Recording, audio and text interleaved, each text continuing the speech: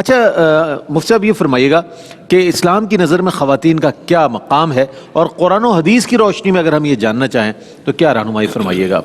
جی ہاں، بالکل دیکھیں اللہ تبارک و تعالیٰ نے اپنے حبیب کریم صلی اللہ علیہ وسلم کو قیامت تک کے لیے ایک رول ماڈل بنایا ہے۔ لقد کان لکم فی رسول اللہ اسوۃ حسنہ، بے شک، اور رول ماڈل جو ہوتا ہے اس کے قول کو بھی دیکھا جاتا ہے، اس کے عمل کو دیکھا جاتا بے ہے۔ شک، بے شک، اگر خواتین کے حوالے سے نبی کریم صلی اللہ علیہ وسلم کے قول و فعل کو دیکھا جائے تو دونوں طرح سے آپ عورتوں کو عزت اور عظمت اور احترام کا درس دیتے ہوئے نظر آتے ہیں۔ بے شک، بے شک، مثال کے طور پہ جب ایک صحابی نے پوچھا یا رسول اللہ صلی اللہ علیہ وسلم سب سے زیادہ مجھ پر حق کس کا ہے؟ فرمایا امک، آپ کی والدہ والدہ کا۔ عرض کی ثم، پھر فرمایا امک، پھر آپ کی والدہ کا۔ تیسری مرتبہ پوچھا پھر کس کا؟ فرمایا آپ کی والدہ کا۔ سبحان اللہ، چوتھی مرتبہ والد کا۔ والد، تو علماء فرماتے ہیں کہ تعظیم والد کی زیادہ ہے کیونکہ ماں پر وہ حاکم ہوتے ہیں، لیکن ماں کا حق باپ سے 3 گنا زیادہ ہے، ہائے ہائے، جس میں فرق یہ یعنی اس میں ڈفرینس اس طرح کر سکتے ہیں کہ اگر ہمیں تنخواہ دینی ہے اس میں سے ہم کچھ دینا چاہتے ہیں ماں باپ کو مثال کے طور پہ، تو 3 حصے ماں کو، 1 حصہ والد کو۔ اللہ، لیکن اگر وہ پانی منگاتے ہیں تو پہلے والد کو دیا جائے گا پھر والدہ کو دیا جائے گا، کیونکہ تعظیم والد کی زیادہ ہے۔ اچھا، لیکن یہ جو مقام و مرتبہ ماں کا سرکار نے ذکر فرمایا کہ 3 گنا ان کا حق بلند کر دیا، جبکہ باپ کا حق، باپ تو بہت بڑی چیز ہوتا ہے، اس کو ماں پر بھی حاکم رکھا۔ یہ ظاہر کرتا ہے کہ ہماری شریعت عورتوں کو ایک مقام دینا چاہتی ہے۔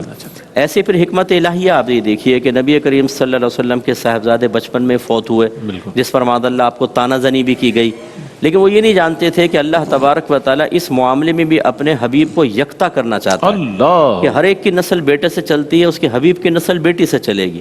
اور اس میں بی بی فاطمہ رضی اللہ تعالیٰ عنہا کا یہ وہ وصف ہے جو اللہ تعالیٰ نے آپ کو عطا فرمایا، وہ مقام مرتبہ ہے جس میں کائنات کی کوئی عورت آپ کے ساتھ شریک نہیں ہو سکتی، بالکل لا شریک کر دیا آپ کو اس میں کہ آپ سے نبی کریم صلی اللہ علیہ وسلم کے نسل پاک چلی۔ سبحان اللہ، سبحان اللہ، تو نبی کریم صلی اللہ علیہ وسلم نے پھر اپنی صاحبزادی کی ایک تعظیم کر کے دکھائی، خود اتنے عظیم ہیں اور تعظیم۔ جب بی بی فاطمہ آتی تو آپ کھڑے ہو جاتے، اپنی جگہ پر ان کو بٹھاتے، بعض اوقات اپنی چادر بچھا دیا کرتے تھے اور بڑی شفقت اور پیار اور محبت کا اظہار کرتے۔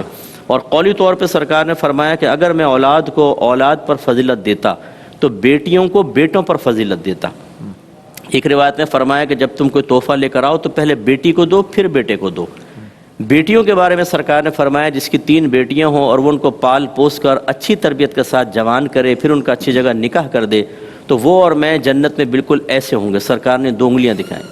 پوچھا گیا رسول اللہ اگر 2 ہوں تو فرمایا 2 کے لیے بھی یہ ہے۔ صحابی کہتے ہیں اگر ہم 1 کے بارے میں کویسچن کرتے تو سرکار 1 کے بارے میں بھی ارشاد فرما دیتے۔ اسی طرح بہنوں کے بارے میں، یہاں یہ بیٹیوں کا ہے، بہنوں کا بھی ایک لفظ بہنوں کے ساتھ بھی ہے کہ جو بہنوں کی کفالت کرے اللہ تعالیٰ اس کو یہ مقام مرتبہ عطا فرمائے گا۔ پھر بیویوں کے سلسلے میں دیکھیں آخری خطبے ہیں اور سرکار فرما رہے ہیں کہ میں تمہیں بیویوں کے معاملے میں تمہیں اللہ سے ڈراتا ہوں، یہ وہ کمزور مخلوق ہے جس کو اللہ نے تمہارے تابع کیا ہے، تم ان کے معاملے میں ہمیشہ اپنے اللہ سے ڈرتے رہنا۔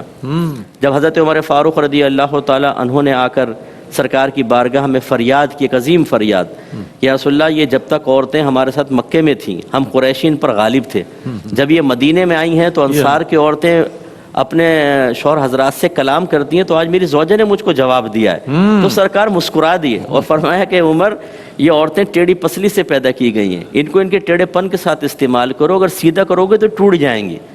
یہ نہیں فرمایا جا کے 2 تھپڑ کیوں نہیں مارے تم نے، ناک توڑ دیتے، اس کی آنکھ توڑ دیتے، اوقات یاد دلا دیتے 2 منٹ میں، جیسے ہمارے خاندانوں میں ٹارزن پیدا ہو گئے نا، مصطفیٰ قریشی، سلطان رائی، ماں خود عورت ہونے کے باوجود کہتی ہے تو نے اتنا سن کیوں لیا، تھپڑ کیوں نہیں مارا، اوقات یاد دلا دیتے۔ تو یہ ہمارے جی غلام بنا ہوا ہے تو، غلامٹا، بالکل وہی۔ تو ہمارے ہاں تو یہ معاملہ چل رہا ہے۔ اچھا بچیاں پیدا ہوتی ہیں، ہمارا صورتحال کیا ہے؟ وہی کفار والا وصف کہ باپ جو ہے بعض اوقات منہ چھپاتا ہے، خاندان میں خبر نہیں دیتا، لڑکا ہو تو 10 آدمیوں کو وہ مطلب یہ کہ میسج فارورڈ کرے گا اور کالز کرے گا، اور بچی پیدا ہو جائے تو، حالانکہ ہمیں بچیوں کی پیدائش پر فخر کرنا چاہیے، یہ تو جنت کی ضمانت مل گئی۔ سبحان اللہ۔ تو جس بھی جہت سے آپ دیکھیں، زوجہ کی حیثیت سے، بیٹی کی حیثیت سے، بہن کی حیثیت سے، ماں کی حیثیت سے، عورتوں کو ہمارا مذہب ایک عزت اور احترام دیتا نظر آتا ہے۔ اور جو ہماری بہنیں کہتی ہیں جی مذہب نے ہماری آزادیاں سلب کر لی، بھائی کون سی آزادی چاہیے مجھے بتائیں آپ، کون سی چاہیے؟ ہر طرح کی آزادی تو آپ کا مذہب آپ کو دے رہا ہے۔ حتیٰ کہ اگر عدت میں عورت ہے اور کوئی کفالت نہیں، کام کرنے والا نہیں ہے، شریعت نے اجازت دی ہے تم دوران عدت جا کے کام کر سکتی ہو۔ اور کون سی آزادی چاہیے آپ کو؟ آج اگر شوہر فوت ہو جائے 4 مہینے 10 دن کی عدت ہے، پہلے تو سال بھر کی عدت ہوتی تھی زمانہ جاہلیت میں۔ ہر طرح سے آپ کو حقوق، عورت کا کوئی پہلو ایسا نہیں ہوگا جس میں وراثت میں اس کو حصہ نہ ملتا ہو۔ بالکل ہے، ہر طرح سے شریعت نے پروٹیکشن دی ہے، احترام۔ یہ ہماری اور غلطی ہے مہر نا۔ کی صورت میں مفتی صاحب، جی ہاں، مہر کی صورت میں بھی بہن کی پروٹیکشن صورت ملا نہیں تو ہماری خطا اور غلطی ہے کہ ہمارے اگر مرد غلط سلوک کریں اس کو مذہب پہ نہ ڈالیں۔ مذہب نے تو آپ کو آزادیاں دی ہیں، اب آپ کو بینر اٹھا کے روڈ پر آ کے اس پہ فوش قسم کی چیزیں لکھنے کی حاجت نہیں ہے۔ بالکل۔ یہ پھر مذہب کے خلاف آپ کام کر رہے ہیں، آزادی کے لیے کام نہیں کر رہے۔ مذہب نے تو آپ کو بالکل آزادی دی ہے عزت احترام کے ساتھ۔ اس آزادی کی لمیٹیشنز کو پہچاننے کی ضرورت ہے اور اس کے مطابق اس سے استفادہ عورتیں حاصل کریں۔ اللہ تعالیٰ بڑا بلند مقام اور عزت عطا فرمائے۔ سبحان اللہ، سبحان اللہ۔